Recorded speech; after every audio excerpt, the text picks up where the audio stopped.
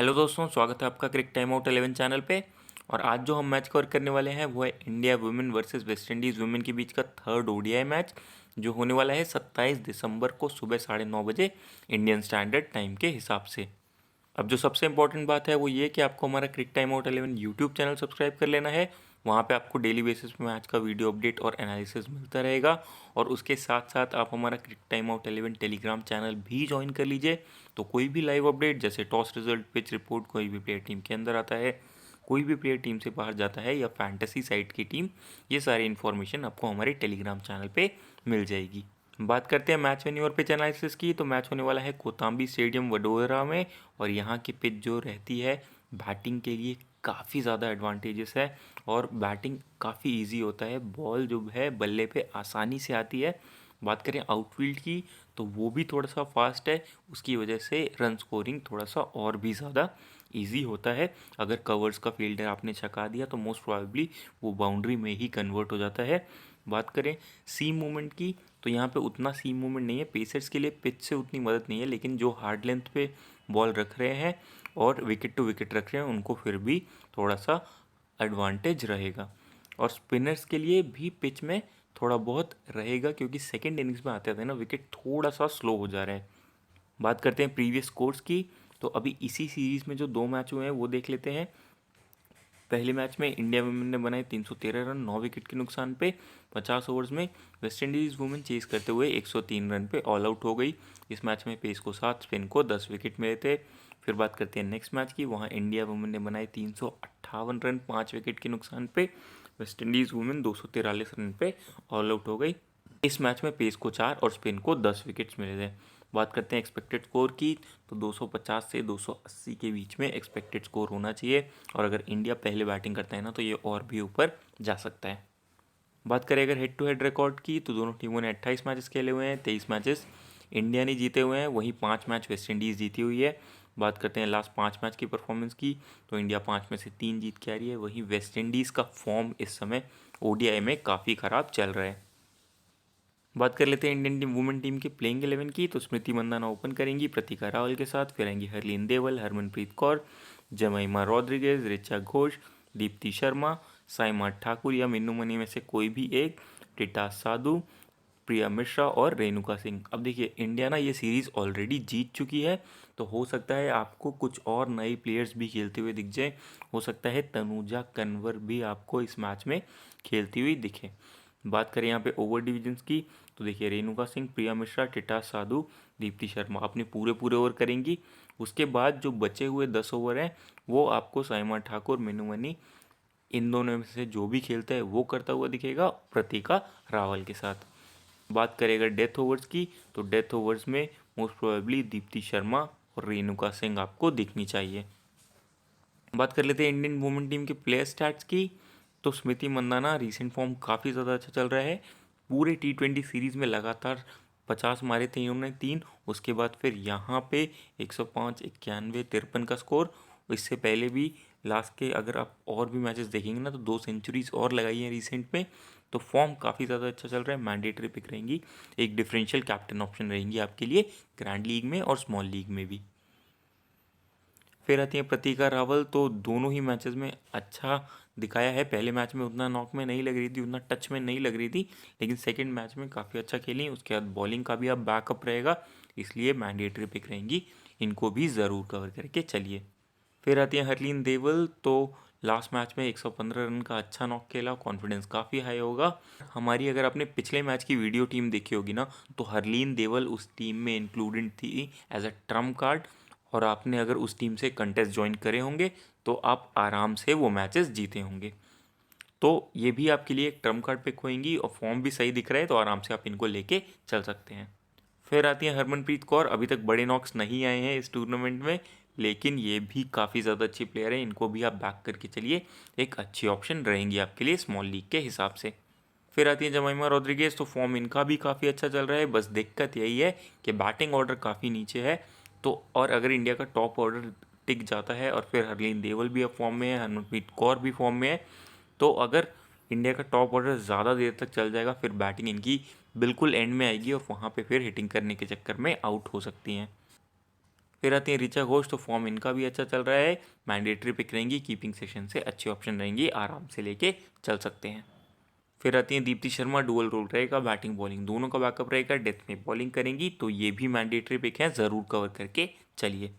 फिर आती है साइमा ठाकुर, तो 8 मैचेस में 7 विकेट ले रखे हैं, रीसेंट फॉर्म ना उतना अच्छा नहीं दिख रहा है, अगर आप लास्ट के 5 मैच की बात करेंगे तो 3 विकेट्स लिए हैं, लेकिन थोड़ी सी अनफॉर्चुनेट रही है, इनका लाइन लेंथ काफ़ी अच्छा रहता है, लेकिन वो विकेट में कन्वर्ट नहीं हो पा रहा है, बॉलर काफ़ी अच्छी हैं। अब इनके साथ एक इंजरी कंसर्न भी रहेगा, तो अगर ये नहीं खेलती हैं तो उस केस में आपको मीनू मनी खेलते हुए दिखाई देंगी, या इनकी जगह तनुजा कन्वर भी खेल सकती हैं।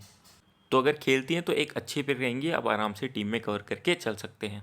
फिर आती हैं टिटा साधु, तो 4 मैचेस में 3 विकेट ले रखे हैं, रीसेंट फॉर्म अच्छा चल रहा है, सीरीज़ में भी अच्छा परफॉर्म करा है, और सामने ना कियाना जोसेफ आएंगी जो ज़्यादातर हिटिंग करने के लिए जानी जाती हैं, तो वहाँ पे उनके विकेट देने के चांसेस है, और अगर कियाना जोसेफ आउट होती हैं तो नरीसा क्रॉफ्टन आएंगी, वहाँ पे भी इनके विकेट लेने के चांसेस रहेंगे, तो ज़रूर कवर करके चलिए, अच्छी ऑप्शन रहेंगी आपके लिए। फिर आती है प्रिया मिश्रा, तो 6 मैचेस में 11 विकेट ले रखे हैं, तो जब से इंटरनेशनल डेब्यू करे एक भी मैच ऐसा नहीं है जहाँ पे इन्होंने विकेट न लिया हो, मैंडेटरी पिक रहेंगी, ज़रूर कवर करके चलिए। लाइन लेंथ बहुत ही एक्यूरेट रहता है, बॉल का जो पिच कराती है ना वो भी काफ़ी एक्यूरेट रहता है, तो मैंडेटरी पिक रहेंगी, ज़रूर कवर करके चलिए। फिर आते हैं रेनको सिंह, तो 18 मैचेस में 31 विकेट ले रखे हैं, सीरीज़ में काफ़ी अच्छी फॉर्म में है, 2 ही मैचेस में 6 विकेट्स ले लिए हैं, तो मैंडेटरी पिक रहेंगी, ज़रूर कवर करके चलिए। इनके साथ भी वही टिटा साधु वाला सीन है कि सामने कियाना जोसेफ रहेंगी, और वो ओवर हिटिंग के चक्कर में ना इन पे विकेट फेंक सकती हैं, और उसके बाद नरीसा क्रॉफ्टन आएंगी, तो उनके भी विकेट फेंकने के चांसेस रहेंगे, तो अच्छे पिक रहेंगी, ज़रूर कवर करके चलिए। बात कर लेते हैं वेस्ट इंडीज़ वुमेन के प्लेयर स्टैट्स की, तो हेली मैथ्यूज ओपन करेंगी कियाना जोसेफ के साथ, फिर आएंगी Nerissa Crafton, Rashada Williams, Deandra Dottin, Shemaine Campbelle, Aaliyah Alleyne, Zaida James, एफी Fletcher, करिश्मा रामरैक और शामिला कोनल। बात कर लेते हैं यहाँ पे ओवर डिविजन्स की, तो देखिए Karishma Ramharack, Afy Fletcher, Deandra Dottin, Hayley Matthews, ये अपने पूरे पूरे ओवर्स करनी चाहिए। उसके बाद जो बचे हुए 10 ओवर्स हैं उसमें आलिया अलीन, जायदा जेम्स और शमीला कोनल भी कर सकती हैं। अब वेस्ट इंडीज़ टीम में ना ओवर्स की बहुत ही अनप्रिडिक्टेबिलिटी रहती है, तो अगर मान लीजिए जायदा जेम्स, आलिया एलिन और शमीला कोनल में से किसी को भी इनिशियली विकेट मिल जाता है ना, तो फिर वो ज़्यादा ओवर्स भी कर सकता है, उस केस में आप एफी फ्लेचर और करिश्मा रामरैक के भी ओवर्स कटे हुए देख सकते हैं। बात करें अगर डेथ ओवर्स की, तो हेली मैथ्यूज़, डिएंड्रा डॉटिन के साथ डेथ करनी चाहिए। बात कर लेते हैं वेस्ट इंडीज़ टीम के प्लेयर स्टैट्स की, तो हेली मैथ्यूज़ डुअल रोल रहेगा, लास्ट मैच में सेंचुरी मार के आ रही हैं, बैटिंग बॉलिंग दोनों से ही फॉर्म अच्छा चल रहा है, मैंडेटरी पिक रहेंगी, ज़रूर कवर करके चलिए। फिर आती हैं कियाना जोसेफ, तो ये ना थोड़ा हिट और मिस टाइप प्लेयर ही है, ज़्यादातर ओवर हिटिंग के चक्कर में मारते हुए आपको ये आउट होते हुए दिखेंगी। अब दिक्कत ये है कि अगर वेस्ट इंडीज़ के बॉलर्स नहीं चलते ना, तो उस केस में इनको 6th बॉलिंग ऑप्शन या 7th बॉलिंग ऑप्शन में यूज़ करा जा सकता है, और वहाँ पे फिर स्मॉल लीग के हिसाब से एक अच्छी पिक रहेंगी। फिलहाल मैं इनकी कंसिस्टेंसी को लेके, बैटिंग कंसिस्टेंसी को लेके नहीं कवर करके चल रहा हूँ, आप चाहें तो इनको लेके चल सकते हैं, क्योंकि एक बॉलिंग फैक्टर वाला रोल भी इनके साथ जुड़ा रहेगा। फिर आती है नरीसा क्रॉफ्टन, तो आराम से छोड़ दीजिएगा, अच्छे पिक नहीं रहेंगी। फिर आती हैं राशिदा विलियम्स, तो रीसेंट फॉर्म इनका भी काफ़ी ज़्यादा ख़राब चल रहा है, आराम से आप छोड़ के चल सकते हैं, स्मॉल लीग में भी, ग्रैंड लीग में भी, कहीं पे भी अच्छी ऑप्शन ये नहीं दिख रही हैं। फिर आती है डिएंड्रा डॉटन, तो फॉर्म काफ़ी ज़्यादा अच्छा चल रहा है, अभी T20 वर्ल्ड कप जो हुआ था उसमें परफॉर्म करके आई, फिर रिसेंट सीरीज़ हुई ऑस्ट्रेलिया के अगेंस्ट, वहाँ पे ही परफॉर्म करी, तो फॉर्म इनका अच्छा चल रहा है, मैंडेटरी पिक रहेंगी, ज़रूर कवर करके चलिए, बैटिंग बॉलिंग दोनों का बैकअप रहेगा, तो अच्छी ऑप्शन रहेंगी आपके लिए, एक अच्छी वाइस कैप्टनसी ऑप्शन भी रहेंगी आपके लिए। फिर आती हैं शमीन कैम्बल, तो इससे पहले फॉर्म ख़राब चल रहा था, इस सीरीज़ में ना स्टार्ट्स मिले हैं लेकिन कन्वर्ट नहीं कर पाई हैं, तो अगर आप ये देख रहे हैं कि अगर ऋचा घोषणा काफ़ी नीचे आ रही है बैटिंग में, और वहाँ पे अगर इंडिया का टॉप ऑर्डर चल गया तो फिर उनकी बैटिंग आने के चांसेस कम रहेंगे, तो इनको ना आप एज अ ट्रम्प कार्ड पे यूज़ कर सकते हैं अपनी टीम में, स्मॉल लीग में एक अच्छी ट्रम्प कार्ड ऑप्शन रहेंगी आपके लिए। फिर आती है आलिया एलिन, तो 33 मैचेस में 20 विकेट ले रखे हैं, रीसेंट फॉर्म अच्छा नहीं चल रहा है, लास्ट के 5 मैचेस में सिर्फ 3 विकेट मिले हैं, ओवर्स कटने की भी पॉसिबिलिटी रहती है, लेकिन ना ये बैटिंग बैकअप देखे जाती हैं, तो इनको भी एज अ ट्रम्प कार्ड आप टीम में यूज़ कर सकते हैं। ग्रैंड लीग में ज़रूर इनको ट्राई कर लीजिएगा, इवन स्मॉल लीग में भी आप एज अ ट्रम्प कार्ड पे इनको लेके चल सकते हैं। फिर आती हैं जायदा जेम्स, तो काफ़ी इंप्रेस किया है इस सीरीज़ में, जो फर्स्ट मैच था वहाँ पे लाइन लेंथ काफ़ी एक्यूरेट था, सेकंड मैच में भी अच्छी लाइन लेंथ पे बॉलिंग कर रही थी और साथ ही साथ बैटिंग का बैकअप भी देंगी, तो ये भी आपके लिए एक स्मॉल लीग में अच्छे ऑप्शन रहेंगी। आप चाहें तो इनको कवर करके चल सकते हैं। फिर आती हैं एफी फ्लेचर, तो 75 मैचेस में 87 विकेट ले रखे हैं, तो फॉर्म रिसेंट अच्छा चल रहा है और आप इनको बैक करके चलिए। प्लेयर काफ़ी ज़्यादा अच्छी हैं और लाइन लेंथ ना इनका भी काफ़ी एक्यूरेट रहता है। स्मॉल लीग के हिसाब से मैंडेटरी पिक रहेंगी, भले ही इतने विकेट्स ना लिए हों। अभी इस सीरीज ओडीआई सीरीज़ में 2 मैचेस में सिर्फ एक ही विकेट लिया है, लेकिन आप बैक करके चलिए, आपको ये अच्छे पॉइंट्स दिला के जाएंगी। फिर आती हैं करिश्मा रामराय, तो 28 मैचेस में 22 विकेट ले रखे हैं। रिसेंट फॉर्म उतना अच्छा नहीं चल रहा है, एज अ ट्रम्प कार्ड आप चाहें तो पिक कर सकते हैं, लेकिन स्मॉल लीग में उतनी अच्छी ऑप्शन ये नहीं दिख रही हैं। फिर आती हैं शमीला कौनल, तो 72 मैचेस में 50 विकेट ले रखे हैं। बॉलिंग पे श्योरिटी रहेगा नहीं, कभी भी इनके ओवर्स कट जाते हैं, और अगर मोस्ट प्रोबेबली ओवर्स कटेंगे ना टीम में, तो सबसे ज़्यादा ओवर्स कटने की पॉसिबिलिटी इन्हीं की है। तो स्मॉल लीग के हिसाब से अच्छी ऑप्शन नहीं दिख रही है। फॉर्म भी उतना अच्छा नहीं चल रहा है, लास्ट के 5 मैच में सिर्फ एक ही विकेट लिया है, तो आराम से आप छोड़ के चल सकते हैं। बात कर ले ड्रीम 11 टीम की, तो विकेट कीपिंग सेक्शन से ऋचा घोष आपके लिए मैंडेटरी पिक रहती है। फिर आते हैं बैटिंग सेक्शन में, तो यहाँ से स्मृति मंदाना मैंडेटरी पिक रहेंगी, हरमनप्रीत कौर मैंडेटरी पिक रहेंगी, जमाइमा रॉड्रिगेज को भी मैं कवर करके चल रहा हूँ, हरलीन देवल को भी फिलहाल मैं कवर करके चल रहा हूँ। फिर आते हैं ऑलराउंडर सेक्शन पे, तो यहाँ से हेली मैथ्यूज मैंडेटरी पिक रहेंगी, डिएंड्रन डॉटिन मैंडेटरी पिक रहेंगी, दीप्ति शर्मा मैंडेटरी पिक रहेंगी। फिर आते हैं बॉलिंग सेक्शन पे, तो यहाँ से रेणुका सिंह ठाकुर मैंडेटरी पिक रहेंगी, एफी फ्लेचर मैंडेटरी पिक रहेंगी और प्रिया मिश्रा यहाँ से मैंडेटरी पिक रहेंगी।